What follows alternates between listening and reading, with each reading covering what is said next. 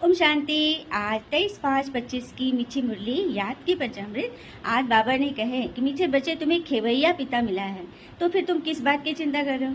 भक्ति में है ना, भव सागर पार करते हैं भगवान। तो कब करते हैं? अभी आ गए हैं। और ये भव सागर क्या है? हमारे मन के प्रश्न, क्या, क्यों, कैसे, ऐसे वैसे, दुख, तनाव, चिंता, परेशानी, इन सब से उपराम करते। गरुड़ पुराण में भी लिखा है ना, विषय बैतरणी नदी पार होती है। तो हमारे मन के व्यर्थ प्रश्न, नेगेटिव प्रश्न, उलझने ही तो विषय बैतरणी नदी है। उसे पार करने के लिए स्वयं खेवैया भगवान आए हैं। इस पर एक छोटा सा प्रसंग बताती हूँ। एक बार एक प्लेन में ना टर्बुलेंस आ रहा था, क्रैश होने की स्थिति में थी, काफी ज्यादा हलचल हो रही थी।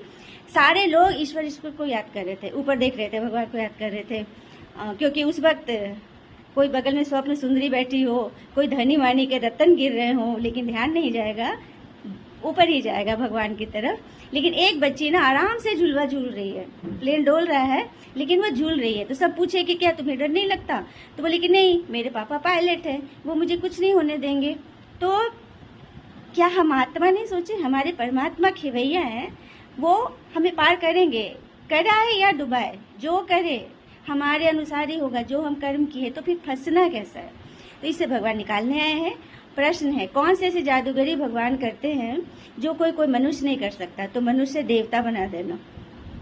क्या कोई मनुष्य कर सकते हैं? दुनिया में जादूगर तो पैसे लेने के लिए हाथ की सफाई कर लेंगे, परमात्मा बिगड़ पैसे कौड़ी खर्चा वो हमें हीरे जैसा बना देते हैं, है ना, बड़ी बात। फिर धारणा में है कि हम इस रौरव नरक से कृष्ण कंसपुरी से बैकुंठ कृष्णपुरी जा रहे हैं। तो चलना है ना सभी को। और एक सुंदर सा गीत है पहली धारणा में, जिसे ढूंढती सारी दुनिया वो बैठा पास हमारे, है ना।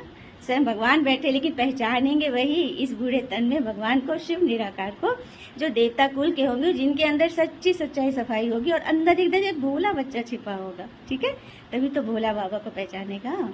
और वरदान बहुत सुंदर है, विहंग मार्ग की सर्विस द्वारा विश्व का परिवर्तन करने वाले सच्चे सेवाधारी। तो चीटी मार्ग की सर्विस नहीं करनी, विहंग मार्ग की ऐसे करिए ना कि हद की सेवा आपकी बेहद में चली जाए।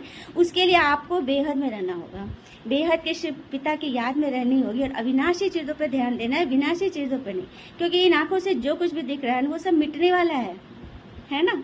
तो बस उसी के भान में रहना है। स्लोगन बहुत सुंदर है, बालक व मालिकपन के ध्यान में रहो। तो जो प्लान बनाते हो ना, उसको प्रैक्टिकल में लाओ, सिर्फ बोलो मत। देखिए, ज्ञान सुनना सुनाना रटना रटाना नहीं है, समझना और समझाना, धारण करना और कराना है।